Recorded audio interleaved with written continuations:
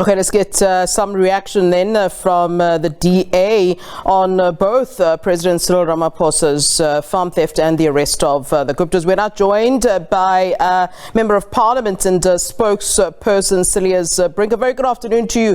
Thanks very much for joining us here on SABC News.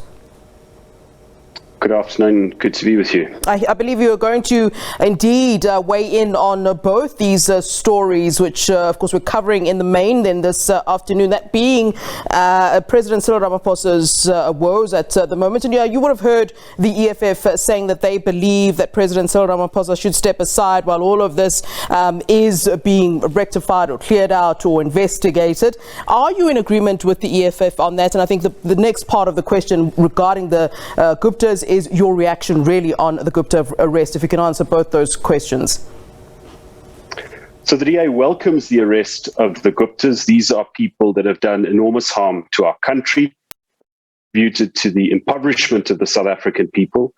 And we really hope that this is the first in a series of arrests and, in fact, effective prosecutions that will be done. So obviously there are a number of things that are still to happen, extradition, so forth, but it's very important that the prosecuting authority and law enforcement handle this matter with a great deal of care, circumspection, and in essence, don't screw this up, because the integrity of our constitutional institutions in the state depend on it.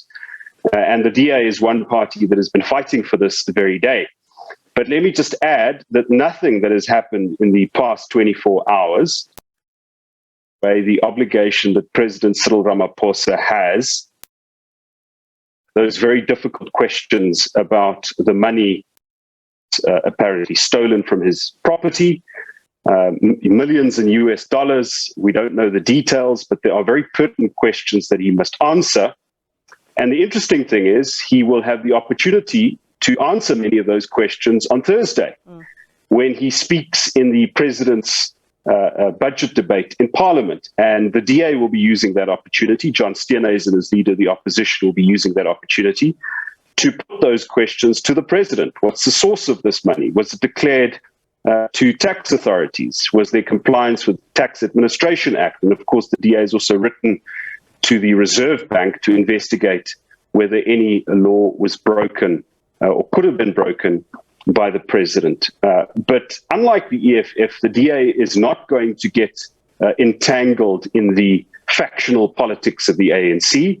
There are questions, as we say, that the president must answer. The arrest of the Guptas doesn't take away the pressure to do so, but we would like to give the president that opportunity. And so we are not jumping on the same bandwagon as the EFF, certainly not. All right. So you've spoken about some of the questions that you'll certainly be, or you assume that will be asked in Parliament, and you'll certainly be there. From your side, apart from asking about the source of the money, because I think that a lot of reporters, ourselves as journalists, would have been asking those sort of questions about where the source of the money comes from, why there was so much money on the property. But would you be probing more really about whether or not a crime was committed or not? I mean, the president has already spoken, I think it was at an ANC event, where he said, listen, I stole no money. There was there's nothing big happening here. I have a farm. There are people that come and they game. There's all sorts of things that happen on that particular farm. But will you really be sort of probing? I understand you're saying you're not taking the stance of the EFF, and certainly the EFF will take their own stance when they are in Parliament. But what exactly is your stance at that point? Because if you're saying you're seeking clarity, I think that a lot of people are seeking clarity. The EFF has said, listen, we want you to actually step aside while an investigation happens. There are a lot of people seeking clarity. Apart from that, what more would you be saying? And would you be, if you are not getting that clarity, seeking for the president to indeed step aside, and then going back to what I said, which is agreeing with the EFF essentially? So the president's statements made at ANC events only raise more questions. It doesn't, in fact, answer the essence of the questions that the journalists and the South African people have, and the DA also wants the president to answer. Those questions are very clear. How much money was kept on this farm and in what currency? How much of it was stolen? If it was not reported, why not? How did the foreign currency, and we assume it's foreign currency, enter the country? How long was it stored at the president's property? Were the correct exchange controls observed? And why does the president still hold foreign currency at his farm or any other properties, if indeed that's the case?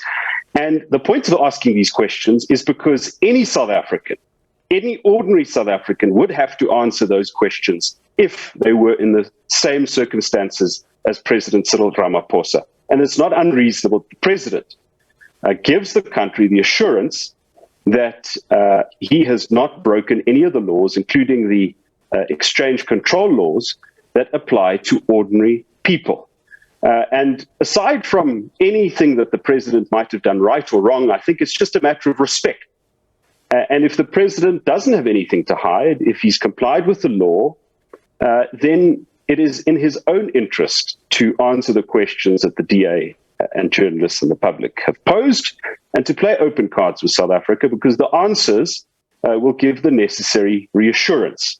The longer the president delays in answering the questions, and if he uses technicalities, or if he just refers to statements he previously made where no information was provided about these circumstances, the president is not going to do himself any favors, and indeed the political pressure then will start increasing, start mounting on him. And that's a situation we really don't want, because Cyril Ramaphosa doesn't just occupy the position of ANC leader, he occupies the presidency of South Africa. It's a constitutional office, and the integrity of that office has to be preserved, especially if we start looking at effective law enforcement, getting those state capturers, the Guptas and the people who enabled their crimes, getting them to book and ensuring that justice is done. Yeah. Let's go back to the Guptas. In fact, I mean, does the DA have faith in the NPA? I do believe that,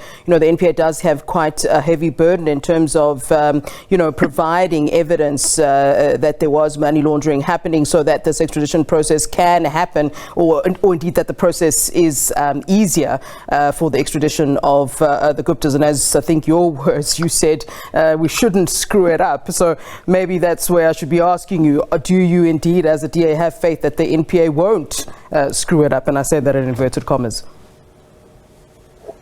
We really hope that they can rise to the occasion. If you look at the weight of the evidence, the disclosures that were made, the evidence that were discovered at the Zondo Commission, but even before that, there really is sufficient evidence for a diligent and effective prosecuting authority to do what needs to be done to bring these people before a court of law